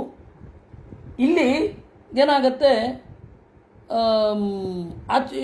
ಭಾಗವತದಲ್ಲಿ ಇನ್ನೊಂದು ಅರ್ಥ, ಪ್ರವೃತ್ತಂಚ ನಿವೃತ್ತಂಚ ಶಾಸ್ತ್ರಂ ಪಾಂಚಾಲ ಸಂಗೀತಂ. ಎಡಗಿವಿಯಿಂದ ಪ್ರವೃತ್ತ ಶಾಸ್ತ್ರವನ್ನು ಕೇಳ್ತಾನೆ, ಬಲಗಿವಿಯಿಂದ ನಿವೃತ್ತ ಶಾಸ್ತ್ರವನ್ನು ಕೇಳ್ತಾನೆ ಅಂತ ಹೇಳ್ತಾರೆ ವೇದವ್ಯಾಸರು. ಅಂದರೆ ಎಡಗಿವಿ ಪ್ರಧಾನ ಇವನಿಗೆ ಅಂತಂದರೆ ಪ್ರವೃತ್ತ ಶಾಸ್ತ್ರ, ಬಲಗಿವಿ ಪ್ರಧಾನ ಅಂತ ಹೇಳಿದ್ರೆ ನಿವೃತ್ತ ಶಾಸ್ತ್ರ, ವೇದಾಂತ ಮೊದಲಾದವುಗಳಲ್ಲಿ ಆಸಕ್ತಿ ಇರುತ್ತೆ. ಪಿತೃಯಾನಂ ದೇವಯಾನಂ ಶ್ರೋತ್ರಂ ಶ್ರುತಧರೋ ವ್ರಜೇತ್ ಆಸುರಿ ಮೋಹನಾರ್ಥಾದ್ವಾಹ ವ್ಯವಾಯೋ ಗ್ರಾಮೀಣಾಮೃತಿ ಉಪಸ್ಥಃ. ಇನ್ನು ಕೆಳಗಡೆ ಮುಂದುಗಡೆಯ ಬಾಗಿಲು ಒಂದುಂಟು, ಅದನ್ನು ಉಪಸ್ಥ ಅಂತ ಕರೀತಾರೆ. ಅದನ್ನು ದುರ್ಮದ ಅಂತ. ಆ ಕಾಮದಿಂದ ಒಂದು ಕೊಬ್ಬು ಇರುತ್ತೆ, ಅದನ್ನು ಹೇಳಲಿಕ್ಕೆ ಸಾಧ್ಯ ಇಲ್ಲ ಅಂತ ಹೇಳ್ತಾರೆ. ಕಾಮದ ಒಂದು ಕೊಬ್ಬು, ಕಾಮದಿಂದ ಬರುವ ಕೊಬ್ಬು, ಅದರ ಬಗ್ಗೆ ಹೇಳ್ತಾ ಉಪಸ್ಥ ದುರ್ಮದ. ಅದರಿಂದ ಏನು? ಆಸುರಿ ಮೇಹನಾರ್ಥ. ಮೇಹನ ಅಂತಂದರೆ ಹೊರಗಡೆ ಹಾಕುವ ಸಾರ, ಅನ್ನದ ಸಾರ ರೇತಸ್ಸು, ರೇತಸ್ಸನ್ನು ಹೊರಗಡೆ ಹಾಕುವ ಜಾಗ, ಮತ್ತೆ ಅದರಿಂದ ಬೇರೆ ಬೇಡದ್ದು ಕೂಡ ಹೋಗುತ್ತೆ. ವ್ಯವಾಯೋ ಗ್ರಾಮೀಣಾಮೃತಿ, ಇದರಿಂದ ಆಗತಕ್ಕಂತಹದ್ದು ಗ್ರಾಮ್ಯರತಿ ಅಂತ ಕರೀತಾರೆ. ಸ್ಪರ್ಶದ ಉನ್ನತ ಸುಖವನ್ನು ನಾವು ಇದರಿಂದಲೇ ಅನುಭವಿಸುವುದು, ಇದನ್ನು ವ್ಯವಾಯ ಅಂತ ಕರೀತಾರೆ, ಅದನ್ನು ಉಪಸ್ಥ ಅಂತ ಕರೀತಾರೆ. ವೈಶಸಂ ನರಕಂ ಪಾಯುರ್ ಲುಬ್ಧಕೋಂಧೌತು ಮೇ ತೃಣು. ಮತ್ತೆ ಹಿಂದುಗಡೆಯ ದ್ವಾರ, ಕೆಳಗಡೆ ಹಿಂದುಗಡೆಯ ದ್ವಾರ, ಅದನ್ನು ನರಕ ಲುಬ್ಧಕ ಅಂತ ಕರೀತಾರೆ. ಅದರಿಂದ ಬೇಡದ್ದನ್ನು ಕೆಳಗಡೆ ಹಾಕ್ತಾನೆ. ಹಸ್ತಪಾದ ಉಪಮಾನಸ್ತಾಭ್ಯಾಂ ಯುಕ್ತೋ ಯಾತಿ ಕರೋತಿ ಚ. ಕೈ ಮತ್ತು ಕಾಲು ಇವುಗಳಿಂದ ಬೇಕಾಷ್ಟನ್ನು ಮಾಡ್ತಾನೆ. ಅಂಧೌ, ಎರಡು ಕುರುಡಾದ ಇಬ್ಬರು ಬೇಡರಿದ್ದಾರೆ, ಅವ್ರಿಗೆ ಕಾಣುವಲ್ಲ, ಬೇರೆಯವರು ಹೇಳಿದ್ದನ್ನು ಮಾಡ್ತಾರೆ ಅಂತ. ಹಾಗೆ ಕಾಲು ಕೂಡ. ಅಂತಃಪುರಂಚ ಹೃದಯಂ ವಿಶೂಚಿರ್ ಮನ ಉಚ್ಯತೆ. ಅಂತಃಪುರ ಅಂತಂದರೆ ಹೃದಯ, ಅದರ ಸುತ್ತಲೂ ಕಾವಲಿಗೆ ಇರುವಂತಹ ಕಟ್ಟಡವನ್ನು ವಿಶೂಚಿ, ಅದು ಮನಸ್ಸು. ತತ್ರ ಮೋಹಂ ಪ್ರಸಾದಂ ವಾ ಹರ್ಷಂ ಪ್ರಾಪ್ನೋತಿ ತದ್ಗುಣೈ. ಆ ಅಂತಃಪುರದ ಒಳಗಡೆ ಮೋಹವನ್ನು, ಪ್ರಸಾದವನ್ನು, ಹರ್ಷವನ್ನು ಹೊಂದುತ್ತಾನೆ. ಯಥಾ ಯಥಾ ವಿಕ್ರಿಯತೆ ಗುಣಾಕ್ತೋ ವಿಕರೋತಿ ವಾ. ಹೇಗೆ ಹೇಗೆ ಹೊರಗಡೆಯ ಪರಿಸ್ಥಿತಿಗಳು ಬರ್ತದೋ ಹಾಗೆ ಹಾಗೆ ಒಳಗಡೆ ಬದಲಾಗತ್ತೆ, ವಿಕಾರ ಆಗತ್ತೆ. ತಥಾ ತಥೋಪದ್ರಷ್ಟಾತ್ಮ ತದ್ವೃತ್ತಿರಿತಿ ಕೀರ್ತ್ಯತೆ. ಹಾಗೆ ಹಾಗೆ ಒಳಗಡೆ ನೋಡ್ತಾನೆ. ತದ್ವೃತ್ತಿ, ಆ ವಿಕಾರ ಏನಿದೆ ಅದನ್ನು ವೃತ್ತಿ ಅಂತ ಕರೆಯುವುದು. ದೇಹೋ ರಥಸ್ತ್ವಿಂದ್ರಿಯಾಶ್ವ ಸಂವತ್ಸರ ವಯೋಗತಿ. ಅವನು ರಥವನ್ನು ಏರಿದ. ರಥ ಯಾವುದು ಅಂದರೆ ದೇಹ, ಇಂದ್ರಿಯಗಳೇ ಕುದುರೆ. ದಾರಿ ರಸ್ತೆ ಯಾವುದು ಅಂದರೆ ಸಂವತ್ಸರ, ಅದೇ ವಯಸ್ಸು. ವಯಸ್ಸು ಅನ್ನುವ ರಸ್ತೆಯಲ್ಲಿ ಹೋಗ್ತಾನೆ ಇರ್ತಾನೆ, ವಾಪಸ್ ಬರೋದೇ ಇಲ್ಲ, ಹೋದರೆ ಹೋದನೆ. ತಥಾ ತಥೋಪದ್ರಷ್ಟಾತ್ಮ ತದ್ವೃತ್ತಿರಿತಿ ಕಥ್ಯತೆ. ದ್ವಿಕರ್ಮಚಕ್ರಸ್ತ್ರಿಗುಣಧ್ವಜ ಪಂಚಾಸು ಬಂಧರ ಮನೋರಶ್ಮಿರ್ಬುದ್ಧಿಸೂತೋ ಹೃನ್ನೀಡೋ ದ್ವಂದ್ವಕೂಬರ. ದ್ವಿಕರ್ಮಚಕ್ರ, ಎರಡು ತರಹದ ಕರ್ಮ, ಲೌಕಿಕ ಕರ್ಮ ಮತ್ತು ಶಾಸ್ತ್ರೀಯ ಕರ್ಮ. ಈ ದೇಹವೆಂಬ ರಥಕ್ಕೆ ಎರಡು ಚಕ್ರ, ಒಂದು ಲೌಕಿಕವಾದ ಕರ್ಮ, ಇನ್ನೊಂದು ಶಾಸ್ತ್ರೀಯವಾದ ಕರ್ಮ. ತ್ರಿಗುಣಧ್ವಜ, ಮೂರು ಧ್ವಜ ಇದೆ. ಸತ್ವಗುಣ, ರಜೋಗುಣ, ತಮೋಗುಣವೆಂಬ ಧ್ವಜ. ಪಂಚಾಸು ಬಂಧುರ, ಈ ರಥದ ಕಟ್ಟು 5 ಕಟ್ಟುಗಳಿದೆ. ಯಾವುದದು 5 ಕಟ್ಟು?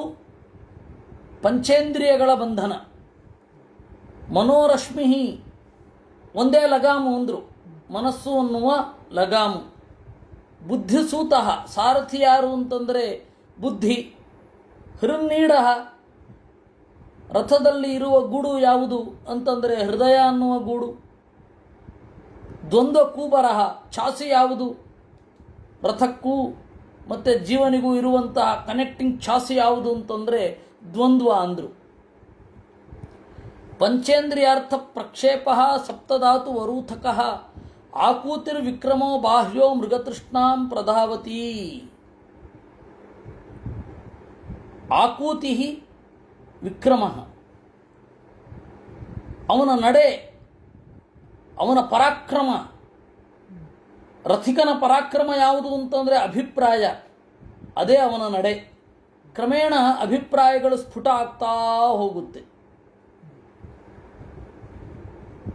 ಅವನು ಚಿಕ್ಕಂದಿನಲ್ಲಿ ಒಂದು ಗ್ರಂಥವನ್ನು ನೋಡಿದಾಗ ಏನು ತೋರುತ್ತೆ ಅದು ಕ್ರಮೇಣ ಮಾಗುತ್ತಾ ಮಾಗುತ್ತಾ ಮಾಗುತ್ತಾ ಇವನು ಬೆಳೀತಾ ಅದು ಬೆಳೀತಾ ಹೋಗುತ್ತೆ. ಮೃಗತೃಷ್ಣಾಂ ಪ್ರಧಾವತಿ. ಹೊರಗಡೆ ಇದ್ದರೆ ಬಿಸಿಲುಗುದುರೆಯ ಬೆನ್ನೇರುತ್ತಾನೆ. ಬಿಸಿಲುಗುದುರೆ ಯಾವುದು ಇಲ್ಲಿ? ಸುಖವದ್ ದೂರತೋ ದೃಶ್ಯಂ ತತ್ಕಾಲೇ ದುಃಖಮೇವ ಯತ್ ಮೃಗತೃಷ್ಣೇತ್ಯತ ಪ್ರಾಹುರ್ಭೋಗಂ ವೈಚೈಕಂ ಬುಧಾಹ ಇತಿ ಶಬ್ದ ನಿರ್ಣಯೇ. ದೂರದಿಂದ ನೋಡುವಾಗ ಸುಖದ ತರಹ ಕಾಣುತ್ತದೆ, ತತ್ಕಾಲದಲ್ಲಿ ಅಲ್ಲಿಗೆ ಹೋದಾಗ ದುಃಖ ಆಗಿರುತ್ತೆ. ಅದನ್ನು ಮೃಗತೃಷ್ಣ ಅಂತ ಕರೀತಾರೆ. ಅದು ಯಾವುದು ಅಲ್ಲ, ಭೋಗ. ಅಂದರೆ ನಾವು ಏನು ಭೋಗ ಅಂತ ಅಂದುಕೊಂಡಿರ್ತೇವೆ, ಜನರು ಯಾವುದು ಭೋಗ ಅಂತ ನಮ್ಮ ತಲೆಗೆ ತುಂಬಿರ್ತಾರೆ, ಅದೇ ಮೃಗತೃಷ್ಣ. SSLC ಒಂದು ಪಾಸ್ ಮಾಡಿಬಿಡು, ಮುಂದೆಲ್ಲ ಆರಾಮ. ಕಷ್ಟಪಟ್ಟು ಓದಿದ. PUC ಒಂದು ಪಾಸ್ ಮಾಡಿಬಿಡು, ಇನ್ನೆಲ್ಲ ಆರಾಮ. ಆಮೇಲೆ ಇಂಜಿನಿಯರಿಂಗ್ ಒಂದು ಮಾಡಿಬಿಡು, ಆಮೇಲೆ ಆರಾಮನೇ. ಹೀಗೆ ಇದೊಂದು ಮಾಡಿಬಿಡು, ಇದೊಂದು ಮಾಡಿಬಿಡು, ಇದೊಂದು ಮಾಡಿಬಿಡು ಅನ್ನೋದು ಕಡೇ ತನಕ ಓಡ್ತಾ ಇರುತ್ತೆ, ಅದು ನಿಲ್ಲೋದೇ ಇಲ್ಲ. ಅದರಿಂದ ಇದು ಮೃಗತೃಷ್ಣ ಅಂತ. ನಾವು ಹೊರಗಡೆಯ ಇವತ್ತಿಗೆ ಅದು ಜಾಸ್ತಿ ಆಗಿದೆ, ಪ್ರಾಚೀನರಲ್ಲಿ ಅದು ಕಡಿಮೆ ಇತ್ತು. ಈಗ ಅದು ಏನೇನು ಕಲ್ಪನೆಗಳಿದೆ, ಸೆಕ್ಯೂರಿಟಿ ಅಂತಾರೆ, ಆಮೇಲೆ ಜಾಬ್ ಸೆಕ್ಯೂರಿಟಿ ಅಂತಾರೆ, ಲೈಫ್ ಸೆಟ್ಲ್ಮೆಂಟು ಅಂತಾರೆ. ಇದು ಯಾವುದಕ್ಕೂ ಅರ್ಥ ಇಲ್ಲ ಸರಿಯಾಗಿ ನೋಡಿದರೆ. ಆದರೆ ಜನ ಅದರ ಹಿಂದೆ ಬಿದ್ದಿದ್ದಾರೆ, ಅದನ್ನು ಮೃಗತೃಷ್ಣ ಅಂತ. ಇವನು ಈ ರಥವನ್ನು ಏರಿ ಬೇಟೆಗೆ ಹೋಗೋದೇನು ಅಂತಂದರೆ ಅದು ದೂರದಲ್ಲಿ ಹಂಗೆ ಕಾಣ್ತಾ ಇರುತ್ತೆ, ಅದಕ್ಕಾಗಿ ಈಗ ದುಃಖವನ್ನು ಅನುಭವಿಸಬೇಕು. ಓಡ್ತಾ ಇರ್ತಾನೆ. ಅದರಿಂದ ಸುಖ ಅಂತಂದರೆ ಏನು? ಸುಖ ಅಂತಂದರೆ ಆವಾಗ ಆ ಟೈಮಿನಲ್ಲಿ ಏನನ್ನು ಅನುಭವಿಸ್ತೇವೆ ಅದನ್ನು ಉತ್ಕಟವಾಗಿ ಅನುಭವಿಸ್ಬಿಡ್ಬೇಕು. ಊಟವನ್ನು ಮಾಡಿದೆವು, ಊಟ ಮಾಡಬೇಕಾದ್ರೆ ಮುಂದಿನ ಯೋಚನೆ ಇರಬಾರ್ದು, ತೃಪ್ತಿಯಿಂದ ಊಟ ಮಾಡಿಬಿಡ್ಬೇಕು. ಆಮೇಲೆ ಓದಬೇಕಾದ್ರೆ ಮುಂದಿನದ್ದನ್ನು ಯೋಚನೆ ಮಾಡಬಾರ್ದು. ಅಲ್ಲಿ ಆ ಟೈಮಿನಲ್ಲಿ ಏನಿದೆ ಅದನ್ನು ಭೋಗಿಸಿ ಆಮೇಲೆ ಕೂಡಲೇ ಅದರಿಂದ ಆಚೆ ಬಂದು ದೇವರು ಕೊಟ್ಟಿದ್ದನ್ನು ತಗೊಂಡು ಹೋಗ್ತಾ ಇರಬೇಕು. ಅದೇ ಸುಖ. ಅದು ಬಿಟ್ಟರೆ ಬೇರೆ ಸುಖ ಇಲ್ಲ. ನಾವೀಗೇನು ಮಾಡ್ತಾ ಇದ್ದೀವಿ, ಆ ಟೈಮಿನಲ್ಲಿ ಸುಖ ಅನುಭವಿಸಲ್ಲ, ಮುಂದೆ ಎಲ್ಲೋ ಗಮನದಲ್ಲಿಟ್ಟಿರ್ತೀವಿ, ಅದು ಬೇಕಿಲ್ಲ. ಇರಲಿ, ಅದನ್ನು ಇಲ್ಲಿ ಶಬ್ದ ನಿರ್ಣಯದಲ್ಲೇ ಹೇಳೋದು. ಸುಖವತ್ ದೂರತೋ ದೃಶ್ಯಂ ತತ್ಕಾಲೇ ದುಃಖಮೇವ ಯತ್ ಮೃಗತೃಷ್ಣೇತ್ಯತ ಪ್ರಾಹು ಭೋಗಂ ವೈಚೈಕಂ ಬುಧಾಹ. ವಿಶೇಷತಃ ಅವತ್ತಿನದ್ದಕ್ಕಿಂತ ಇವತ್ತು ಬಹಳ ದೊಡ್ಡ ಮಟ್ಟದಲ್ಲಿ ಸದ್ದು ಮಾಡ್ತಾ ಇರುವಂಥದ್ದು ಈ ಚಿಂತನೆಗಳೆಲ್ಲ. ಏಕಾದಶೇಂದ್ರಿಯ ಚಮೂಹು ಪಂಚಸೂನಾ ವಿನೋದ ಕೃತ್. ಸುಮಾರು 11 ಇಂದ್ರಿಯಗಳೆಂಬ ಅದರ ವೃತ್ತಿಗಳೆಂಬ ಸೈನ್ಯ. ಪಂಚಸೂನಾ ವಿನೋದ ಕೃತ್. ವಿನೋದ ಯಾವುದು ಅಂದರೆ ಹಿಂಸೆ. 5 ತರಹದ ಹಿಂಸೆ. ನಾವು ಸಸ್ಯಗಳನ್ನು ಕತ್ತರಿಸುವಾಗ ಚುಲ್ಲಿ ಸುಡೋದು, ಪೇಷಣಿ ಹಿಟ್ಟು ಮಾಡೋದು, ಉಪಸ್ಕರಹ ಅದನ್ನು ಬೇರೆಯದರೊಂದಿಗೆ ಮಿಕ್ಸ್ ಮಾಡೋದು, ಕಂಡನಿ ಕಚಕಚನ ಕತ್ತರಿಸೋದು, ಉದಕುಂಭಶ್ಚ ಬೇಯಲಿಕ್ಕಿಡೋದು, ಹುರಿಯೋದು ಇತ್ಯಾದಿಗಳೆಲ್ಲ. ಈ 5 ಪಾಪಗಳು ಒಬ್ಬ ಅನ್ನವನ್ನು ಮಾಡುವಾಗ ಈ 5 ಪಾಪಗಳು ಆಗೇ ಆಗತ್ತೆ. ಅದಕ್ಕೇನು ಮಾಡಬೇಕು? ಅತಿಥಿಗಳಿಗೆ ಊಟಕ್ಕೆ ಹಾಕಬೇಕು, ನೈವೇದ್ಯ ಮಾಡಬೇಕು, ಆದರೆ ವೈಶ್ವದೇವ ಮಾಡಬೇಕು ಅಂತ ಹೇಳೋದು. ಪಂಚಸೂನಾ ವಿನೋದ ಕೃತು. ಅದರಿಂದಾಗಿ ಬೇಟೆಯಲ್ಲಿ ಮಾತ್ರ 5 ತರಹದ